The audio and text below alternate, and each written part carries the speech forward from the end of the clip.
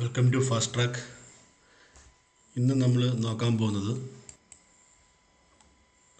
പുതിയ criminal loss 2023 July 1 മുതൽ തുടങ്ങുന്ന ക്രിമിനൽ ലോസിൻ്റെ വിവരങ്ങളാണ് നമ്മൾ ഇന്ന് ഷെയർ ചെയ്യുന്നത്.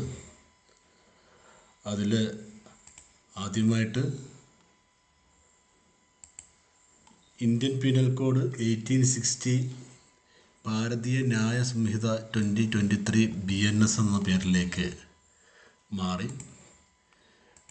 അടുത്തത് ഇന്ത്യൻ എവിഡൻസ് ആക്ട് 1872 ഭാരതീയ സാക്ഷ്യ അധിനിയം എന്ന പേരിലേക്ക് മാറ്റി. അടുത്തത് CRPC ക്രിമിനൽ പ്രൊസീജിയർ കോഡ് 1974 ഭാരതീയ നാഗരിക് സുരക്ഷാ സംഹിത എന്ന പേരിലേക്ക് മാറ്റി.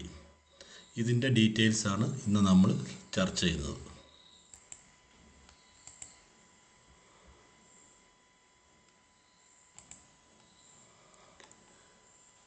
ഇതിൽ ആദ്യത്തെ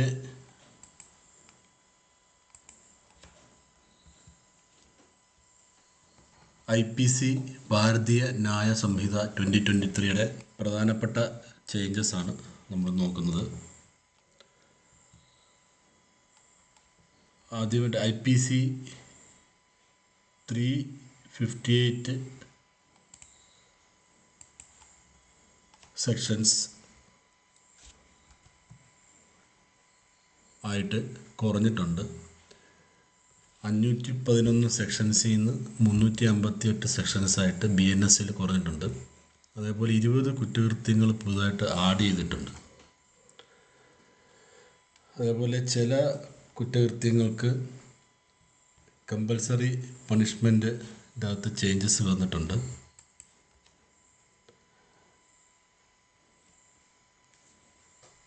അതേപോലെ 6 പെറ്റി ഒഫൻസിന് കമ്മ്യൂണിറ്റി സർവീസ് നിർബന്ധമാക്കിയിട്ട് ചേഞ്ച് വന്നിട്ടുണ്ട്. ഇതൊക്കെയാണ് പ്രധാനപ്പെട്ട ചേഞ്ചസ്. പ്രധാനപ്പെട്ട ഫീച്ചേഴ്സ്, പ്രത്യേകതകൾ എന്ന് പറഞ്ഞു കഴിഞ്ഞാൽ സ്ത്രീകൾക്കും കുട്ടികൾക്കും എതിരെയുള്ള ഒഫൻസുകൾ, കുറ്റകൃത്യങ്ങൾ ഒറ്റ ചാപ്റ്ററിലേക്ക് മാറ്റി. അതേപോലെ തെറ്റായ കാര്യങ്ങൾ പറഞ്ഞ് വിശ്വസിപ്പിച്ചിട്ട് ലൈംഗിക ബന്ധത്തിൽ ഏർപ്പെടുന്നത് ശിക്ഷ കൂട്ടിയിട്ടുണ്ട്. അതിൻ്റെ ഡീറ്റെയിൽസ് നമ്മളിപ്പോൾ അടുത്ത ഇതിൽ കാണുന്നതാണ്.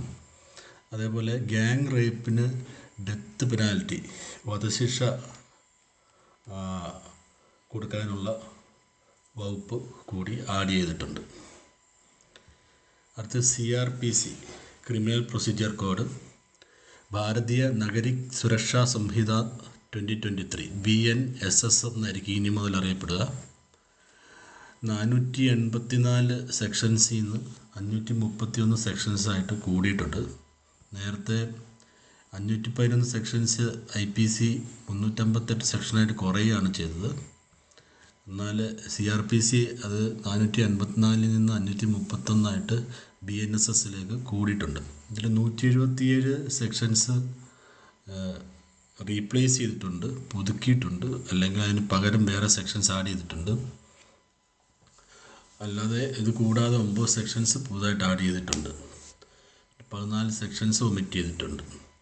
ഇതേപോലെ മെയിനായിട്ടുള്ള ഫീച്ചേഴ്സ് എന്ന് പറഞ്ഞു കഴിഞ്ഞാൽ പുതിയ ടെക്നോളജികൾ ഇൻവെസ്റ്റിഗേഷൻ ഉപയോഗിക്കാനുള്ള അനുമതി, അതേപോലെ തന്നെ ഒരു മജിസ്ട്രേറ്റിന് കൊടുക്കാൻ പറ്റുന്ന ഫൈനിൻ്റെ എമൗണ്ട് ലിമിറ്റ് കൂട്ടിയിട്ടുണ്ട്. അതുപോലെ FIR പ്രൊട്ടക്ഷൻ പ്രോസസ്സ്, എങ്ങനെയാണ് FIR ക്ലെയിം ചെയ്യേണ്ടത്, ആ പ്രോസസ്സുകളിൽ മാറ്റം വന്നിട്ടുണ്ട്. അത് കുറച്ചുകൂടെ സുതാര്യമാക്കിയിട്ടുണ്ട്. അതുപോലെ സാക്ഷികളുടെ സാക്ഷി സംരക്ഷിക്കുക അത് കൂടുതൽ ശക്തമാക്കിയിട്ടുണ്ട്. അതേപോലെ FIR 0 FIR എന്നൊക്കെയുള്ള പ്രൊവിഷൻ പുതുതായിട്ട് സെക്ഷൻ 173 പ്രകാരം ആഡ് ചെയ്തിട്ടുണ്ട്. പിന്നെ ഏറ്റവും പ്രധാനപ്പെട്ട ഒരു കാര്യം എന്ന് പറഞ്ഞു കഴിഞ്ഞാൽ ഓഡിയോ വീഡിയോ റെക്കോർഡിങ്, അതായത് വിക്ടിമിൻ്റെ ഓഡിയോ വീഡിയോ റെക്കോർഡ് ചെയ്യാനുള്ള അനുമതി കുറ്റകൃത്യം ചെയ്തവർ ഇരയായവരുടെ സ്റ്റേറ്റ്മെൻറ്റ് ഓഡിയോയും വീഡിയോയിലും റെക്കോർഡ് ചെയ്യാനുള്ള അനുമതി പുതുതായിട്ട് കൊടുത്തിട്ടുണ്ട്. ഇനി അടുത്തത് ഏറ്റവും വലിയ മറ്റൊരു ചേഞ്ച് എന്ന് പറഞ്ഞാൽ 1860 മുതലുള്ള ഇന്ത്യൻ എവിഡൻസ് ആക്ട് അടിമുടി മാറ്റിയിട്ടുണ്ട്. 167 സെക്ഷനിൽ നിന്ന് 170 സെക്ഷനായിട്ട് മാറിയിട്ടുണ്ട്. അതിൽ 24 സെക്ഷൻ ചേഞ്ച് ചെയ്തിട്ടുണ്ട്, കൂടാതെ 2 സെക്ഷൻ ആഡ് ചെയ്തിട്ടുണ്ട്. അങ്ങനെ 6 സെക്ഷൻസ് ഒമിറ്റും ചെയ്തിട്ടുണ്ട്, റിപ്പീൽ ചെയ്തിട്ടുണ്ട്. അതിനകത്ത് പ്രധാനപ്പെട്ട ഫീച്ചേഴ്സ് വന്നേക്കുന്നതെന്ന് പറഞ്ഞു കഴിഞ്ഞാൽ നേരത്തെ പറഞ്ഞ പോലെ electronic and digital records primary evidence ആയിട്ട് ഇനി മുതൽ സ്വീകരിക്കുക എന്നുള്ളതാണ്. പണ്ട് സപ്പോർട്ടിങ് എവിഡൻസ് ആയിട്ടായിരുന്നു നേരത്തെ സ്വീകരിച്ചുകൊണ്ടിരുന്നത്, പ്രൈമറി എവിഡൻസ് ആയിട്ട് എടുക്കില്ലായിരുന്നു. എന്നാൽ ഇനി മുതൽ പ്രൈമറി എവിഡൻസ് ആയിട്ട് ഡിജിറ്റൽ റെക്കോർഡ്സ് കൺസിഡർ ചെയ്യും. അതേപോലെ തന്നെ ഡിജിറ്റൽ എവിഡൻസിൻ്റെ ഓതൻറ്റിസിറ്റി, അതായത് അതിൻ്റെ ഒറിജിനാലിറ്റി, ഇത് ഫേക്കാണോ അല്ലയോ എന്നുള്ളത് എങ്ങനെയാണ് കണ്ടുപിടിക്കുന്നത്, അതിനുള്ള ഫ്രെയിം വർക്ക് ഓൾറെഡി സെറ്റ് ചെയ്തിട്ടുണ്ട്. അതേപോലെ ഡോക്യുമെൻ്റ് എന്നുള്ള അർത്ഥം, ഓരോ ഡോക്യുമെൻറ്റ്സ് അതിൻ്റെ നിർവചനം മാറ്റിയിട്ടുണ്ട്. ഇപ്പോൾ നമുക്ക് ഇലക്ട്രോണിക് ഡോക്യുമെൻ്റ്, അതായത് PDF പോലുള്ള അല്ലെങ്കിൽ ഡിജിറ്റൽ സിഗ്നേച്ചേഴ്സ് അപ്ലൈ ചെയ്തിട്ടുള്ള ഡോക്യുമെൻറ്റ്സും ഒക്കെ നിയമത്തിൻ്റെ പരിധിയിൽ ഡോക്യുമെൻ്റായി തന്നെ പരിഗണിക്കുന്ന ഇതിലാണ്. നേരത്തെ അങ്ങനെയല്ലായിരുന്നു. അതേപോലെ തന്നെ ഇലക്ട്രോണിക് റെക്കോർഡ്സ്, സൗണ്ട് റെക്കോർഡിങ് അല്ലെങ്കിൽ അതേപോലുള്ള റെക്കോർഡിങ്സ് ഇപ്പം തെളിവിൻ്റെ ഭാഗമായി അംഗീകരിക്കുന്നുണ്ട്. ഒരുപാട് ടെക്നോളജികൾ നിയമം നടപ്പാക്കുന്നതിൽ പുതുതായിട്ട് ഇൻട്രൊഡ്യൂസ് ചെയ്തിട്ടുണ്ട്. അതിൽ പ്രധാനപ്പെട്ടതാണ് ഈ റെക്കോർഡ്സ് 0 FIR, FIR, അതുപോലെ സമ്മൺസ്, നോട്ടീസ്, അതുപോലെ ഡോക്യുമെൻ്റ് സബ്മിറ്റ് ചെയ്യുന്നത്, ട്രയൽ സെക്ഷൻസ്, കാര്യങ്ങളൊക്കെ ഇപ്പം ഡിജിറ്റൽ ടെക്നോളജിയിലേക്ക് മാറ്റിയിട്ടുണ്ട്. പൂർണ്ണമായും അല്ല, ഡിജിറ്റൽ ടെക്നോളജി വേണമെങ്കിൽ ഉപയോഗിക്കാം എന്നുള്ള രീതിയിലേക്ക് മാറിയിട്ടുണ്ട്. അതേപോലെ ഫിസിക്കൽ എവിഡൻസിന് തുല്യമായിട്ട് തന്നെ ഇലക്ട്രോണിക് എവിഡൻസ് ഡിഫൈൻ ചെയ്തിട്ടുണ്ട്. അതേപോലെ ഈ പ്രൈമറി എവിഡൻസ് അല്ലാതെ സെക്കൻഡറി എവിഡൻസിൻ്റെ സ്കോപ്പ് കൂട്ടിയിട്ടുണ്ട്. അതായത് ഇപ്പോൾ ഓറൽ അഡ്മിഷൻസ്, അതായത് വാക്കാലുള്ള സമ്മതം, അതേപോലെ ഒരു സ്കിൽഡ് പേഴ്സണിൻ്റെ അഭിപ്രായം, ഒരു പ്രൊഫഷണലിൻ്റെ അഭിപ്രായം ഒരു കാര്യത്തെപ്പറ്റി, അങ്ങനെയൊക്കെയുള്ള കാര്യങ്ങളൊക്കെ സെക്കൻഡറി എവിഡൻസിൽ കൺസിഡർ ചെയ്യാം എന്നുള്ള ഇതിലേക്ക് മാറ്റിയിട്ടുണ്ട് സെക്ഷൻ 58-ൽ. അതേപോലെ സെർച്ച് ആൻഡ് സീസർ, നമ്മൾ വീഡിയോ സെർച്ചിങ്ങോ അല്ലെങ്കിൽ അതേപോലെ ഇത് സെർച്ച് ചെയ്യുമ്പോഴും എന്തെങ്കിലും സാധനങ്ങൾ കണ്ടു കിട്ടുമ്പോഴും ഒക്കെ വീഡിയോ അതായത് സൈൻ ചെയ്യുമ്പോഴും ഒക്കെ വീഡിയോ എടുക്കണം എന്നുള്ളത് നിർബന്ധമാക്കിയിട്ടുണ്ട്. ഇപ്പോൾ നേരത്തെ വേണമെങ്കിൽ വീഡിയോ എടുക്കാം എന്നുള്ളതായിരുന്നു, പക്ഷെ അതൊരു തെളിവായി അംഗീകരിക്കില്ലായിരുന്നു. ഇപ്പം വീഡിയോ എടുക്കണം എന്നുള്ള നിർബന്ധമാണ്, അത് തെളിവായിട്ട് അംഗീകരിക്കുകയും ചെയ്തിട്ടുണ്ട്. അതുപോലെ സ്ത്രീകൾക്കും കുട്ടികൾക്കും എതിരെയുള്ള നിയമങ്ങൾ, അത് ഒരുപാട് നിയമങ്ങൾ പുതുതായിട്ട് വന്നിട്ടുണ്ട്. 37 സെക്ഷൻസ് ഡയറക്റ്റായിട്ട് സ്ത്രീകൾക്കും കുട്ടികൾക്കും എതിരെയുള്ള അതിക്രമങ്ങൾ സംബന്ധിച്ചുള്ളതാണ്. ഇതിൽ പ്രധാനപ്പെട്ട ഒരു കാര്യം എന്ന് പറഞ്ഞാൽ ജെൻഡർ ന്യൂട്രലായിട്ടാണ് ഇപ്പോൾ സ്ത്രീകളെയും കുട്ടികളെയും ഒക്കെ കൺസിഡർ ചെയ്യുന്നത് നിയമത്തിൻ്റെ ഇതിൽ. അതായത് കുട്ടി ആണാണോ പെണ്ണാണോ എന്നുള്ളതിൽ ജെൻഡർ ഡിഫറൻസ് ഒന്നും കൺസിഡർ ചെയ്യത്തില്ല, സെയിം തന്നെ ആയിരിക്കും ശിക്ഷ. അതേപോലെ ഗ്യാങ് റേപ്പ്, 18 വയസ്സ് താഴെയുള്ള കുട്ടിയെ ഗ്യാങ് റേപ്പ് ചെയ്തിട്ടുള്ളതായിട്ട് ഉണ്ടെങ്കിൽ അത് ലൈഫ്, അതായത് ജീവപര്യന്തമോ അല്ലെങ്കിൽ വധശിക്ഷ വേണമെങ്കിലും നടപ്പാക്കാവുന്ന രീതിയിലേക്ക് നിയമം മാറ്റിയിട്ടുണ്ട്. അതേപോലെ എന്തെങ്കിലും കാര്യം തെറ്റിദ്ധരിപ്പിച്ചുകൊണ്ട് ലൈംഗിക ബന്ധത്തിൽ ഏർപ്പെടുവാണെങ്കിൽ, ഫോർ എക്സാമ്പിൾ കല്യാണം കഴിക്കാമെന്ന് പറഞ്ഞിട്ടോ അല്ലെങ്കിൽ എന്തെങ്കിലും ജോലി വാഗ്ദാനം നൽകിയിട്ടോ അങ്ങനെ എന്തെങ്കിലും കാര്യങ്ങൾ പറഞ്ഞിട്ട് തെറ്റായ ഒരു കാര്യം പറഞ്ഞ് ഒരു സത്യം ചെയ്തിട്ട് അല്ലെ വാക്ക് പറഞ്ഞിട്ട് അതിൻ്റെ പേരിൽ ലൈംഗികാതിക്രമം കാണിച്ചു കഴിഞ്ഞാൽ അതിനെ ക്രിമിനൽ ആക്റ്റായിട്ട്, അതിനെ അവരുടെ സമ്മതത്തോടു കൂടിയാണ് എങ്കിൽ പോലും ക്രിമിനൽ ആക്റ്റായിട്ടാണ് ഇനി മുതൽ കൺസിഡർ ചെയ്യുക. അതേപോലെ ഡോക്ടർമാർ, മെഡിക്കൽ പ്രാക്ടീഷണേഴ്സ് ഏതെങ്കിലും റേപ്പ് കേസ് ഇത് അറ്റൻഡ് ചെയ്തിട്ടുണ്ടെങ്കിൽ, അങ്ങനെ വന്ന് അവരുടെ അണ്ടറിൽ ട്രീറ്റ്മെൻറ്റിന് ആരെങ്കിലും വന്നിട്ടുണ്ടെങ്കിൽ 7 ദിവസത്തിനുള്ളിൽ ഇൻവെസ്റ്റിഗേറ്റിംഗ് ഓഫീസറിന് മെഡിക്കൽ റിപ്പോർട്ട് കമ്പൽസറി ആയിട്ട് കൊടുത്തിരിക്കണം. മാൻഡേറ്റഡ് ടു സെൻഡ് എന്നാണ് അത് പ്രത്യേകം പറഞ്ഞിട്ടുള്ളത്. അതേപോലെ സ്നാച്ചിങ് ഒരു cognizable, non bailable, non compoundable ഓഫൻസാക്കി മാറ്റിയിട്ടുണ്ട്. സെക്ഷൻ 304 ആണ് ഇപ്പോൾ പുതിയത്. പിടിച്ചുപറി, പോക്കറ്റടി തുടങ്ങിയ മാല പറിക്കൽ അങ്ങനെ ഉള്ള ഇത് എല്ലാം ഇപ്പം ജാമ്യമില്ല വകുപ്പിലാണ് വരുന്നത്. അതേപോലെ തന്നെ ടെററിസ്റ്റ് ആക്ടിൻ്റെ ഉള്ളിൽ കൂടുതൽ ഡെഫിനിഷൻസ് ആഡ് ചെയ്തിട്ടുണ്ട്. അത് ഈവൻ ആളുകളുടെ ഇടയിൽ ഏതെങ്കിലും രീതിയിൽ ഭീതി പരത്തുന്ന രീതിയിൽ പെരുമാറിയാലോ അത്തരം സന്ദേശങ്ങൾ അയച്ചാലോ അതൊക്കെ ഇനി മുതൽ ടെററിസ്റ്റ് ആക്ടിൻ്റെ പരിധിയിൽ വരും. ഇതേപോലെ തന്നെ രാജ്യദ്രോഹം എന്ന് പറയുന്ന വാക്കിന് പകരം ദേശദ്രോഹം എന്നുള്ള ഇതിലേക്ക് കുറച്ച് കുറ്റകൃത്യങ്ങൾ മാറ്റിയിട്ടുണ്ട്. അതേപോലെ ഈ ആൾക്കൂട്ട കൊലപാതകം അല്ലെങ്കിൽ ആൾക്കൂട്ടത്തിൻ്റെ ഇടപെടൽ കൊണ്ട് ആർക്കെങ്കിലും മരണം ഉണ്ടായിക്കഴിഞ്ഞാൽ അങ്ങനെ ഇതിൽ ഉൾപ്പെട്ടവർക്ക് തിരിച്ച് വധശിക്ഷ വരെ നൽകാനുള്ള രീതിയിലേക്ക് നിയമം മാറിയിട്ടുണ്ട്. അതേപോലെ ഒരു ആസൂത്രിത കുറ്റകൃത്യം, അതാണ് ഓർഗനൈസ്ഡ് ക്രൈം എന്ന് പറയുന്നത്. അതിനെപ്പറ്റി വളരെ വ്യക്തമായ നിർവചനം ഇപ്പം 111 സെക്ഷൻ 111 കൊടുത്തിട്ടുണ്ട്. ഈ സെക്ഷൻസൊക്കെ നമ്മൾ അടുത്ത വീഡിയോസിൽ ഡീറ്റെയിൽഡായിട്ട് എക്സാമ്പിൾസ് വെച്ച് പറയുന്നുണ്ട്. അത് ആ വീഡിയോസ് കാണാനായിട്ട് സബ്സ്ക്രൈബ് ചെയ്യുക. നിങ്ങൾക്ക് ഈ എന്തെങ്കിലും സംശയം ഉണ്ടെങ്കിൽ നിങ്ങൾക്ക് കമൻ്റായിട്ട് കൂടി ഇതിൻ്റെ താഴെ, ഈ വീഡിയോയുടെ താഴെ ചെയ്യാവുന്നതാണ്. ഇനി അടുത്തൊരു പ്രത്യേകത എന്ന് പറഞ്ഞാൽ, ഇപ്പം പുതിയ നിയമങ്ങളെല്ലാം കുറ്റത്തിന് ഇരയായവർക്ക് വളരെ സപ്പോർട്ട് ചെയ്യുന്ന രീതിയിലുള്ള നിയമനിർമ്മാണമാണ് ഇപ്പം പുതിയതായിട്ട് നടത്തിയിരിക്കുന്നത്.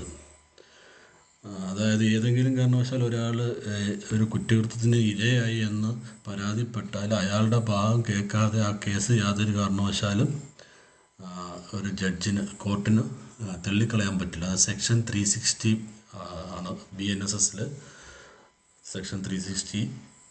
അതേപോലെ തന്നെ FIRൻ്റെ കോപ്പിയും അതേപോലെ ഇൻവെസ്റ്റിഗേഷൻ്റെ പുരോഗതിയും അറിയാനുള്ള അവകാശം കുറ്റത്തിന് ഇരയായവർക്ക് ഉണ്ട്.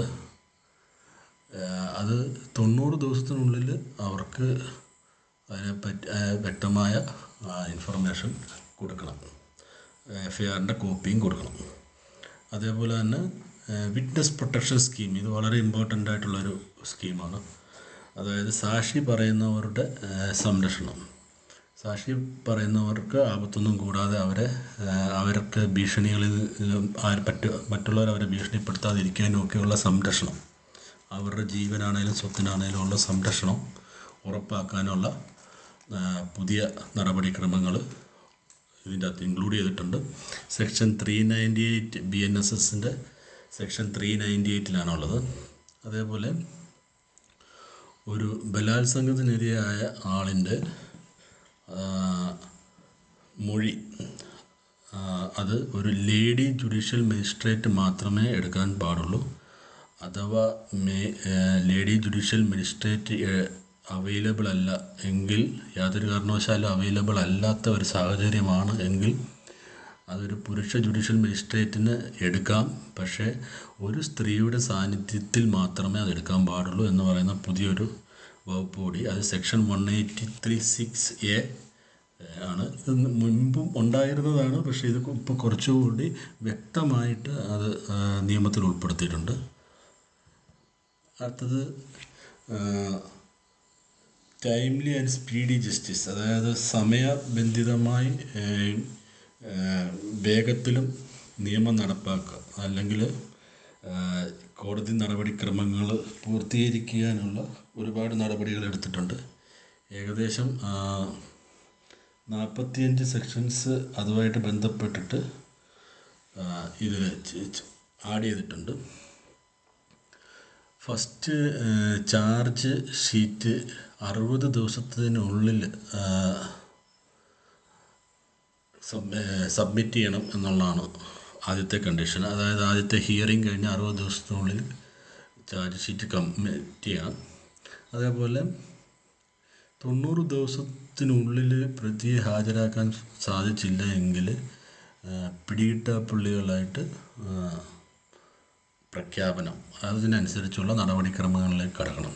സെക്ഷൻ 356 അതേപോലെ sanction for prosecution, supply of documents, filing of discharge petitions, framing of charges, ഇതൊക്കെ മേഴ്സി പെറ്റീഷൻ, ഇതിൻ്റെയൊക്കെ ടൈം ലൈൻസ് ഇപ്പം മാൻഡേറ്ററി ആയിട്ട്, അതായത് നിർബന്ധമായി ഇത്ര സമയത്തിനുള്ളിൽ തീർക്കണം എന്നുള്ള രീതിയിലേക്ക് സെക്ഷൻ 251, 258 പ്രത്യേകമായിട്ട് നിർദ്ദേശമുണ്ട്. മുമ്പ് നിർദ്ദേശമുണ്ടെങ്കിലും അത് അത്ര നിർബന്ധമാക്കി കാണിച്ചിട്ടില്ലായിരുന്നു നിയമത്തിനുള്ളിൽ. ഇപ്പോൾ അത് നിയമത്തിനുള്ളിൽ അത് നിർബന്ധമായി കാണിച്ചിട്ടുണ്ട്. 2ൽ കൂടുതൽ സിറ്റിങ്സ് ക്രിമിനൽ പ്രൊസീഡിങ്സിൽ അഡ്ജോൺമെൻറ്റ് അലൗഡ് അല്ല. അതേപോലെ തന്നെ സമ്മൺസിനും അതേപോലെ എവിഡൻസ് കോടതിയിൽ സമർപ്പിക്കാനും ഒക്കെ പുതിയ ടെക്നോളജികൾ നമുക്ക് യൂസ് ചെയ്യാം. ഫിസിക്കലായിട്ട് അല്ലെങ്കിൽ ഒരു ഹാർഡ് കോപ്പി കോടതിയുടെ മുമ്പിൽ എത്തിക്കണം എന്നുള്ള നിർബന്ധം ഇല്ല കോടതി സ്വീകരിക്കാൻ വേണ്ടി.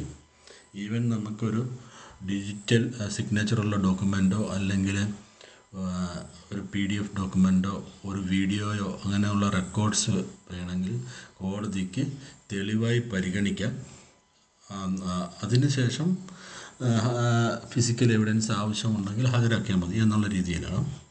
മുമ്പ് അങ്ങനെയല്ലായിരുന്നു. കോടതിയിൽ എന്ത് സാധനവും കൊടുക്കണമെങ്കിലും ഫിസിക്കലായി തന്നെ എവിഡൻസ്, ഡെപ്പോസിഷൻ ഓഫ് എവിഡൻസ് വേണമായിരുന്നു. ഇപ്പോൾ അത് ടെക്നോളജിക്കൽ ആയിട്ട് ചെയ്താൽ മതിയായി. അതേപോലെ ക്രിമിനൽ ജസ്റ്റിസ് സിസ്റ്റം, നിയമവ്യവസ്ഥിതി തന്നെ വളരെ മാറ്റത്തിൽ കൂടെയാണ് ഇപ്പോൾ പോയിക്കൊണ്ടിരിക്കുന്നത്.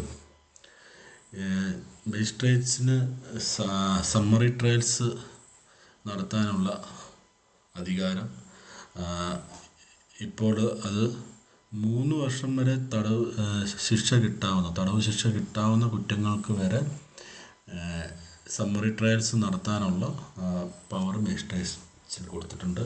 അതുകൊണ്ട് ഒരുപാട് കേസുകൾ പെട്ടെന്ന് തീർപ്പാക്കാൻ പറ്റും. അതേപോലെ തന്നെ charges to be framed within 60 days from the commencement of first hearing, ഇത് നമ്മൾ നേരത്തെ പറഞ്ഞിരുന്നു. അതായത് ഫസ്റ്റ് ഹിയറിംഗ് ഓൺ ചാർജ് വന്നു കഴിഞ്ഞ് അതിനുള്ളിൽ 60 ദിവസത്തിനുള്ളിൽ തന്നെ ചാർജസ് കൃത്യമായി ഇത് എന്തൊക്കെ ചാർജസാണ് എന്നുള്ളതിനുള്ള തെളിവും കാര്യങ്ങളും കോടതിയിൽ ഹാജരാക്കേണ്ടതാണ്. വൺസ് ട്രയൽ കഴിഞ്ഞാൽ 45 ദിവസത്തിനുള്ളിൽ ജഡ്ജ്മെൻറ്റ് പുറപ്പെടുവിക്കേണ്ടതാണ്. 45 ദിവസത്തിന് മുമ്പിൽ കൂടാൻ പാടില്ല. 45 ദിവസത്തിൽ കൂടുതൽ ജഡ്ജ്മെൻറ്റ് പ്രൊനൗൺസ് ചെയ്യാൻ സമയമെടുക്കാൻ പാടില്ല. സെക്ഷൻ 251, 258 ആണ്. ഇത് നമ്മൾ നേരത്തെ ഇത് കണ്ടിരുന്നു. സാങ്ഷൻ ഫോർ പ്രോസിക്യൂഷൻ പറഞ്ഞത്. അതേപോലെ ഡയറക്ടറേറ്റ് ഓഫ് പ്രോസിക്യൂഷൻ, അതായത് സ്റ്റേറ്റ് ലെവലിൽ ഒരു ഡയറക്ടറേറ്റ് ഓഫ് പ്രോസിക്യൂഷൻ ഉണ്ടാകും. അതിൻ്റെ അണ്ടറിൽ ഡിസ്ട്രിക്ട് ലെവലിൽ ഒരു ഡയറക്ടറേറ്റ് പ്രോസിക്യൂഷൻ ഉണ്ടാകും. ഈ ഡയറക്ടറേറ്റ് പ്രോസിക്യൂഷൻ കേസുകൾ മോണിറ്റർ ചെയ്യുകയും അതിന് സ്പീഡ് കൂട്ടാൻ വേണ്ട കാര്യങ്ങൾ ചെയ്യുകയും അതേപോലെ തന്നെ അപ്പീൽ കൊടുക്കേണ്ട കേസുകളാണെങ്കിൽ അപ്പീൽ കൊടുക്കാനുള്ള ഒപ്പീനിയനും കാര്യങ്ങളും പെട്ടെന്ന് പറയുകയും ചെയ്യുന്ന ഒരു ഡയറക്ടറേറ്റ് ഓഫ് പ്രോസിക്യൂഷൻ ഉണ്ടായിരിക്കും. ഇപ്പോഴുള്ള ലീഗൽ സർവീസ് എയ്ഡിൻ്റെ അതേപോലെ തന്നെ മറ്റൊരു അഡീഷണൽ ഒരു മെഷറാണ് ഇത്. Electronic mode for enquiries and trials. Electronic മോഡിലും ട്രയൽസ് എൻക്വയറീസും ഒക്കെ നടത്താം എന്നുള്ളതിന് ഉള്ള ഇതാണ്. അതായത് നിയമപരമായി ട്രയൽസും എൻക്വയറീസും ഒക്കെ ഇലക്ട്രോണിക് മോഡിൽ നടത്താം എന്നുള്ളത്. അത് section 530 release of under trials. First time offenders may be released if under trial detention reaches 1/3 of the sentence. അതായത് ആദ്യമായ ഒരു കുറ്റം ചെയ്യുന്ന ഒരാളാണെങ്കിൽ 3 മാസം ശിക്ഷ അനുഭവിക്കാൻ എന്തൊക്കെ കുറ്റമാണ് ചെയ്തതെങ്കിൽ അയാൾ ഡിറ്റൻഷനിൽ കസ്റ്റഡിയിൽ 30 ദിവസത്തിൽ കൂടുതൽ കസ്റ്റഡിയിൽ കുറ്റം തെളിയിക്കാതിരുന്നാൽ അയാൾ ആ കേസ് തന്നെ റിലീസ് ചെയ്യുന്നുള്ള ഓർഡർ ഇടാം. അത് വളരെ നല്ലൊരു ഇതാണ്. അടുത്തത് വീഡിയോഗ്രാഫി സെർച്ച് ആൻഡ് സീസറിൽ മാൻഡറ്ററി ആക്കി. അത് നമ്മൾ നേരത്തെ പറഞ്ഞിരുന്നു. അടുത്തൊരു പ്രധാനപ്പെട്ട കാര്യം എന്ന് പറഞ്ഞാൽ DYSP റാങ്കിൽ കുറയാത്ത ഒരു ഓഫീസറിൻ്റെ പെർമിഷൻ ഇല്ലാതെ 3 വർഷത്തിൽ കുറവുള്ള ശിക്ഷ ലഭിക്കാവുന്ന ഏത് കുറ്റം ചെയ്ത ഒരാളെ, അതേപോലെ തന്നെ ഏതെങ്കിലും രീതിയിൽ അംഗപരിമിതിയുള്ള ആളെയും, അതേപോലെ തന്നെ 60 വയസ്സ് മുകളിലുള്ള ആളെയും അറസ്റ്റ് ചെയ്യാൻ പാടില്ല DYSPയുടെ അനുമതി ഇല്ലാതെ. അതേപോലെ തന്നെ പുതിയ 20 സെക്ഷൻസ് പോലീസിൻ്റെ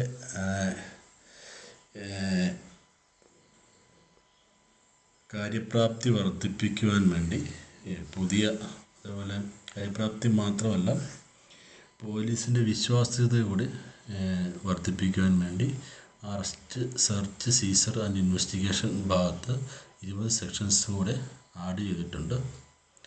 അതേപോലെ നോൺ കോഗ്നിസബിൾ കേസസ്, അതായത് വാറൻറ്റ് വേണ്ടാത്ത കേസുകൾ, ഡയറക്റ്റ് ചാർജ് ചെയ്യാൻ പറ്റുന്ന കേസുകളിൽ ഉൾപ്പെട്ടവർ, അതായത് 3 വർഷത്തിൽ താഴെ തടവ് ശിക്ഷ ലഭിക്കാവുന്ന കേസുകൾ, അങ്ങനെയുള്ള കേസുകൾ 2 ആഴ്ച കൂടുമ്പോൾ അതിൻ്റെ റിപ്പോർട്ട്, ഡെയിലി റിപ്പോർട്ട് മജിസ്ട്രേറ്റിന് ഫോർവേഡ് ചെയ്യേണ്ടതാണ്. അത് സെക്ഷൻ 174/1 BNSSൽ പറയുന്നുണ്ട്.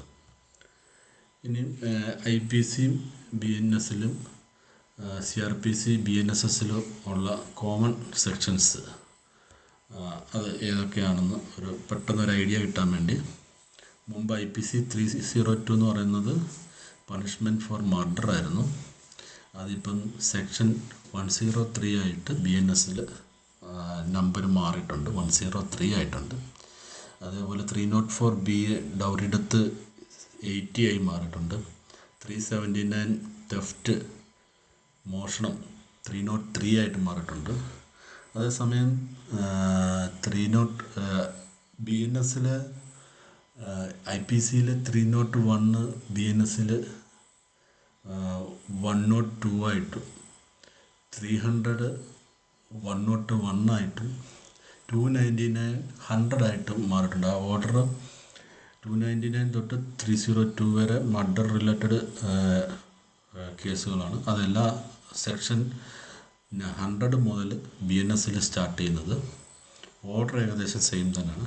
അതേപോലെ ഏറ്റവും പ്രധാനപ്പെട്ട മറ്റൊരു കാര്യം IPC 420 ചീറ്റിംഗ് കേസ് 420 എന്നുള്ള നമ്പർ മാറിയിട്ടുണ്ട്, 318 ആയിട്ടുണ്ട് സെക്ഷന്. അതായത് 498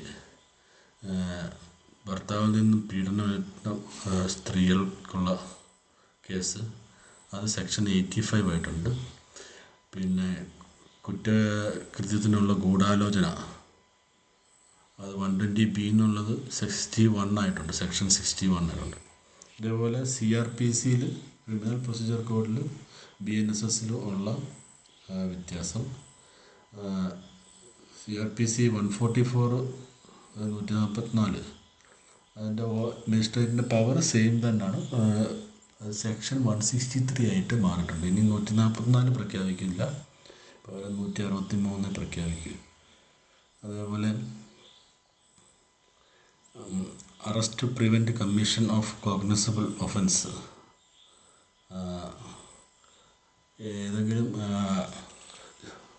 കുറ്റം ചെയ്യുന്നതിന് വേണ്ടിയുള്ള പ്രിക്കോഷണറി അറസ്റ്റുകൾ പ്രിവെൻറ്റ് ചെയ്യാൻ, അതായത് ഒഫൻസ് തടയാൻ വേണ്ടി, കുറ്റകൃത്യം തടയാൻ വേണ്ടിയുള്ള, അത് 151 ആണ്. കരുതൽ തടങ്കൽ എന്നുള്ള രീതിയിലുള്ള അറസ്റ്റ്, അതിപ്പോൾ സെക്ഷൻ 170 ആയിട്ടുണ്ട്. അതുപോലെ FIR 154 എന്നുള്ളത് സെക്ഷൻ 173 ആയിട്ടുണ്ട്. ഫൈനൽ റിപ്പോർട്ട് 173 എന്നുള്ളത് സെക്ഷൻ 193 ആയിട്ടുണ്ട്. ഇത്രയാണ് നമ്മുടെ പ്രധാനപ്പെട്ട ചേഞ്ചസ് വന്നിരിക്കുന്നത്. അപ്പം ഇനിയും നിങ്ങൾക്ക് എന്തെങ്കിലും ഇതിനെപ്പറ്റി ഡൗട്ട് ഉണ്ടെങ്കിൽ കമൻറ്റ് ചെയ്യാവുന്നതാണ്. അതിൻ്റെ മറ്റ് ഡീറ്റെയിൽസ് പുതിയ വീഡിയോസ് ചെയ്യുന്നതാണ്, അതിൽ നിങ്ങൾക്ക് കാണാവുന്നതാണ്. Okay, thank you.